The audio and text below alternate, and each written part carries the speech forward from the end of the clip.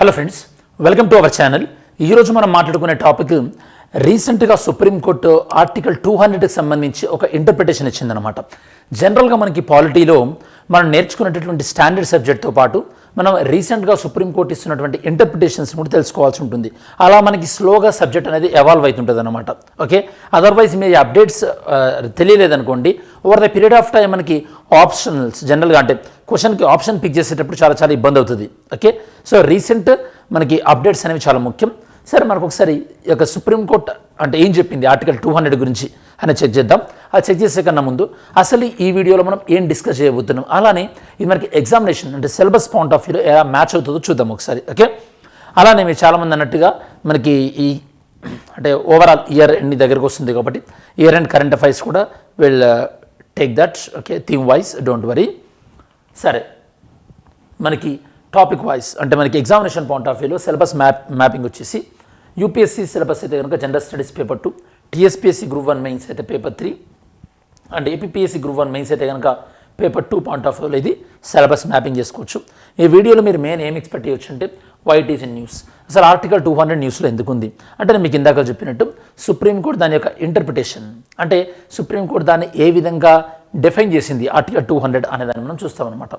అలానే ఆర్టికల్ 200 ఏం చెప్తుంది కాన్స్టిట్యూషన్లో, దాంతోపాటు ఆర్టికల్ 200 గురించినటువంటి డిఫరెంట్ ఒపీనియన్స్ ఎలా ఉన్నాయి. ఓకే, అండ్ గవర్నర్కు ఉన్నటువంటి పవర్స్ ఏంటివి, దాంతోపాటు మనకి గవర్నర్ ఏ విషయాలలో తన యొక్క డిస్క్రిషన్ పవర్స్ని ఉపయోగించవచ్చు, ఎస్పెషల్లీ ఒక రాష్ట్ర అసెంబ్లీ పాస్ చేసినటువంటి బిల్లు విషయంలో, అండ్ ఫైనల్గా ప్రెసిడెంట్ యొక్క జ్యూరిస్డిక్షన్ ఏంది, ఎస్పెషల్లీ రాష్ట్ర జాబితా అంశాలపైన అంటే స్టేట్ లిస్ట్ విషయాలపైన ప్రెసిడెంట్ యొక్క జ్యూరిస్డిక్షన్ ఏ విధంగా ఉంటుంది.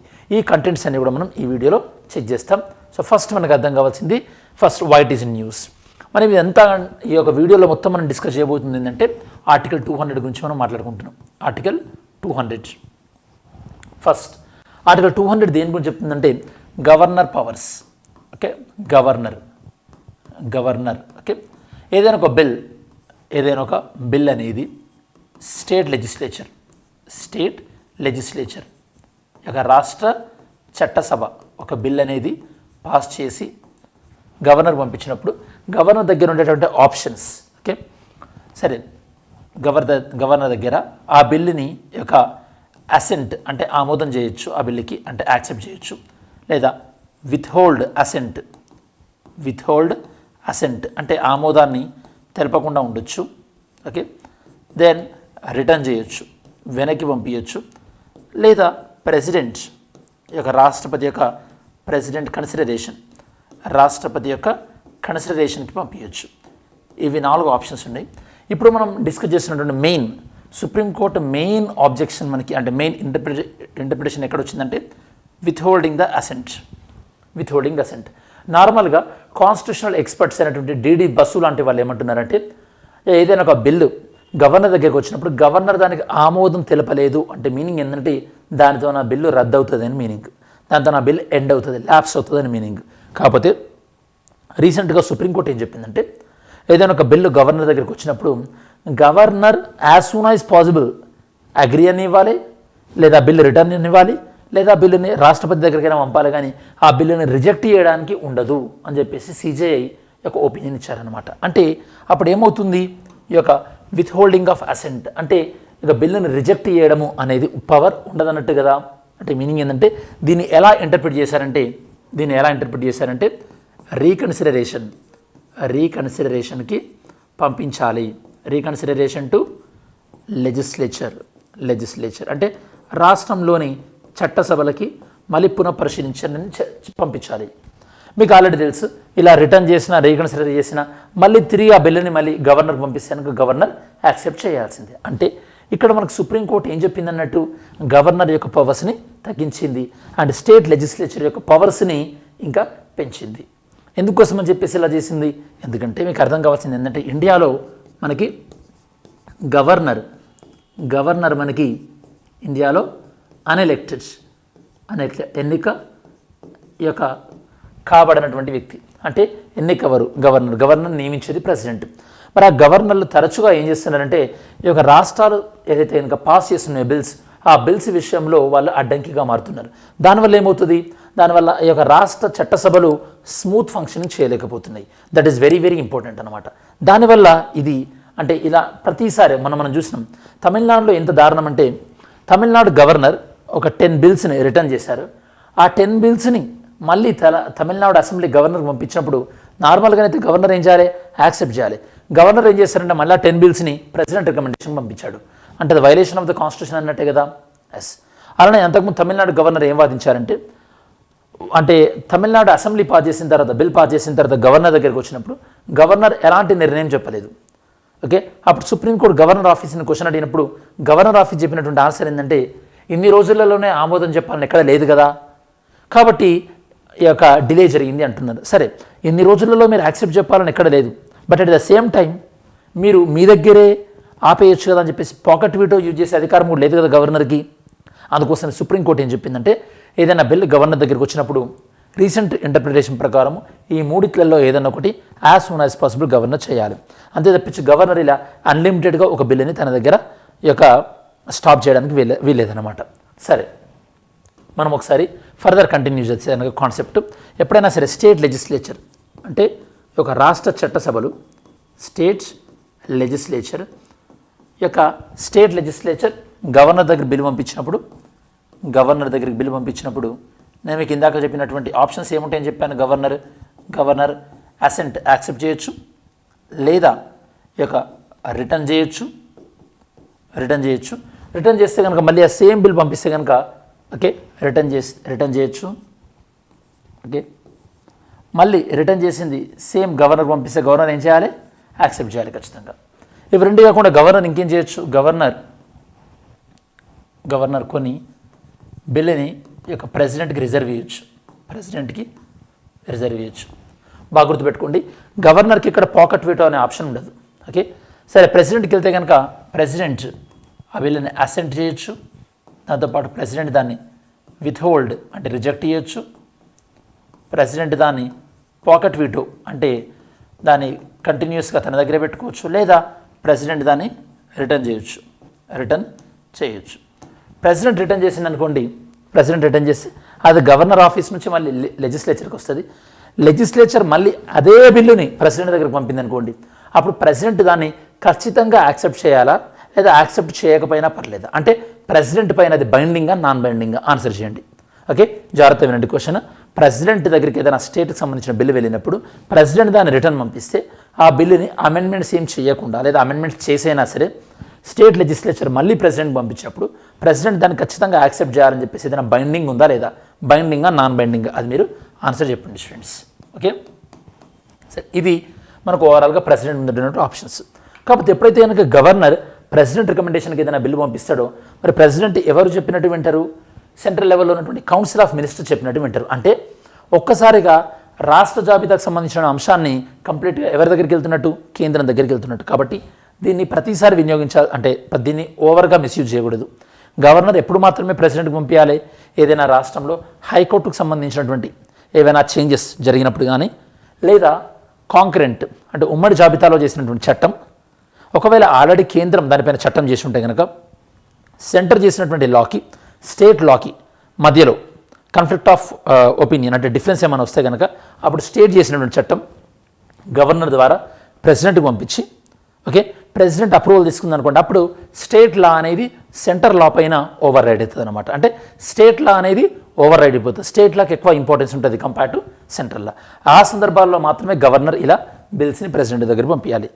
ఓకే, ఇంకో సందర్భం ఎప్పుడంటే ఫినాన్షియల్ ఎమర్జెన్సీ అప్పుడు ఆర్టికల్ 360 ప్రకారము ప్రెసిడెంట్ ఏమడగొచ్చు అంటే కనుక ఫినాన్షియల్ ఎమర్జెన్సీ ఉన్న టైంలో స్టేట్ లెజిస్లేచర్ ఏదైనా మనీ బిల్ని కానీ ఫినాన్షియల్ బిల్ని కానీ పాస్ చేసినప్పుడు దానిని పాస్ చేసిన తర్వాత మాత్రమే దానిని తన యొక్క కన్సిడరేషన్లోకి పంపించమని చెప్పేసి ప్రెసిడెంట్ అడగవచ్చు. ఈ సందర్భాలలో మాత్రమే గవర్నర్ ఒక బిల్లుని రాష్ట్రపతికి అంటే ప్రెసిడెంట్కి రికమెండేషన్ పంపించాల్సినటువంటి అవసరం ఉంటుంది. ఇవి మనకి ఓవర్వ్యూ మనకు అర్థం కావాల్సింది. సరే, మనకి 10th November 2023 దాంతోపాటు రీసెంట్గా ఒక state of Punjab versus principal secretary to the governor of Punjab, ఈ కేసులో CJI ఆర్టికల్ 200 నేను మీకు ఇందాక చెప్పినట్టుగా ఇంటర్ప్రిట్ చేశారు. ఏదైనా బిల్ గవర్నర్ దగ్గరికి వెళ్ళినప్పుడు ఏ అంశాలు అంటే గవర్నర్కు ఉన్నటువంటి ఆప్షన్స్ ఏందో మనం చెప్పాము. గవర్నర్ దగ్గర టైం లైన్ లేదు, అంటే ఇన్ని రోజులలోనే యాక్సెప్ట్ చేయాలని లేదు. డీడీ బస్సు లాంటి అభిప్రాయం ప్రకారము గవర్నర్ ఏదైనా బిల్లుని రిజెక్ట్ చేస్తే బిల్ అంతటితో ఆగిపోయినట్టు. బట్ సుప్రీంకోర్టు ఏం చెప్పింది మనకి, ఈ యొక్క రిజెక్ట్ చేసే పవర్ లేదు గవర్నర్కి, మ్యాండేటరీగా మ్యాండేటరీగా ఈ యొక్క రీకన్సిడరేషన్ పంపించాలి, లేదా యాక్సెప్ట్ అన్న చేయాలి, లేదా ప్రెసిడెంట్కైనా పంపించవచ్చు. సో ఇమ్మీడియట్గా రీకన్సిడరేషన్ అనేది పంపించాలి.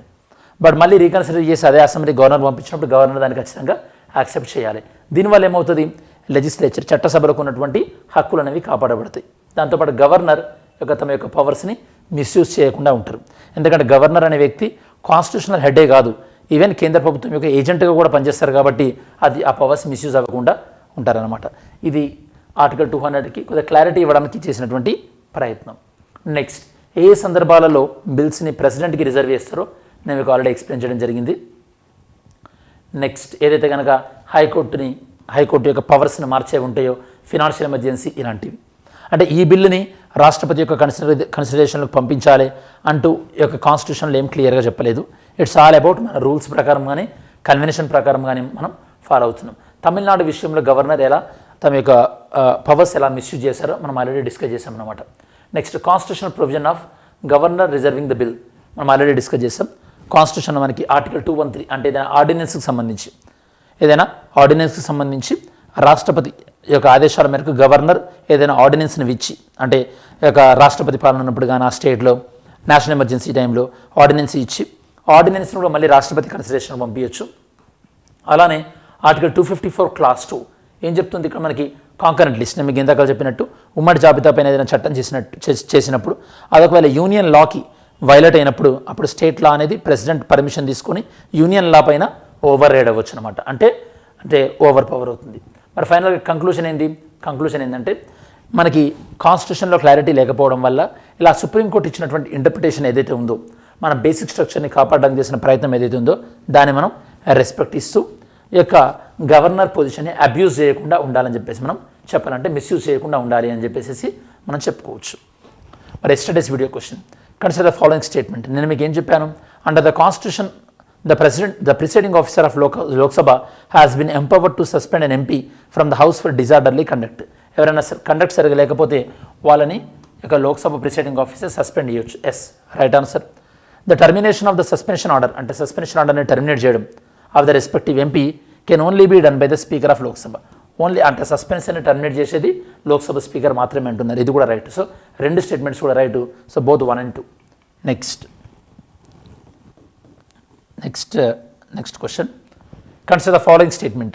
7th Constitution Amendment Act 1956 facilitated the appointment of the same person as a governor for 2 or more states. అంటే 7వ రాజ్యాంగ సవరణ ద్వారా మనకి 2 రాష్ట్రాలకు కలిపి ఒక గవర్నర్ని అపాయింట్ చేయొచ్చు అంటున్నారు. Second one, the governor is the chief executive head of the state. Governor executive head అంటున్నారు. Third one, part 6 of the constitution is not applicable to state of Jammu Kashmir. Jammu కాశ్మీర్కి పార్ట్ 6 అప్లికేబుల్ కాదు అంటున్నారు. మరి ఇందులో ఏది రైట్ ఆన్సరో పిక్ చేయండి students. Main question. Consider the controversial nature of the position of the governor. Many experts have suggested abolishment of the governor post. In this light, discuss the argument for and against such decision. అంటే governor position వివాదాస్పదం అవుతున్నటువంటి నేపథ్యంలో governor పోస్టును తొలగించాలి అంటున్నారు. మరి దీనిలో భాగంగా గవర్నర్కి సంబంధించినటువంటి ప్రోస్ అండ్ కాన్స్ ఏంటి అని చెప్పేసి ఈ యొక్క మెయిన్స్ క్వశ్చన్ ఇక్కడ ఫ్రేమ్ చేయడం జరిగింది. సరే, మన వీడియో చివరిలోకి వచ్చేసాం కాబట్టి మనకి ఇక్కడ ఈ వీడియోలో మనం మెయిన్గా డిస్కస్ చేసింది ఏంది, ఆర్టికల్ 200.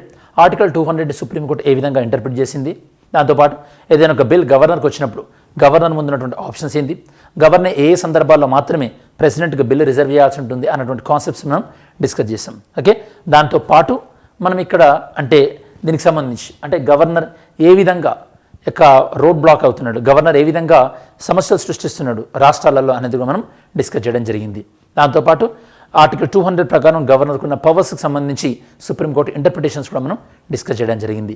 ఇది స్టూడెంట్స్ మనకు ఓవరాల్గా ఆర్టికల్ 200 పైన సుప్రీంకోర్టు ఇచ్చినటువంటి ఇంటర్ప్రిటేషన్ ఏదైతే ఉందో దానికి సంబంధించినటువంటి సమగ్రమైన విశ్లేషణ.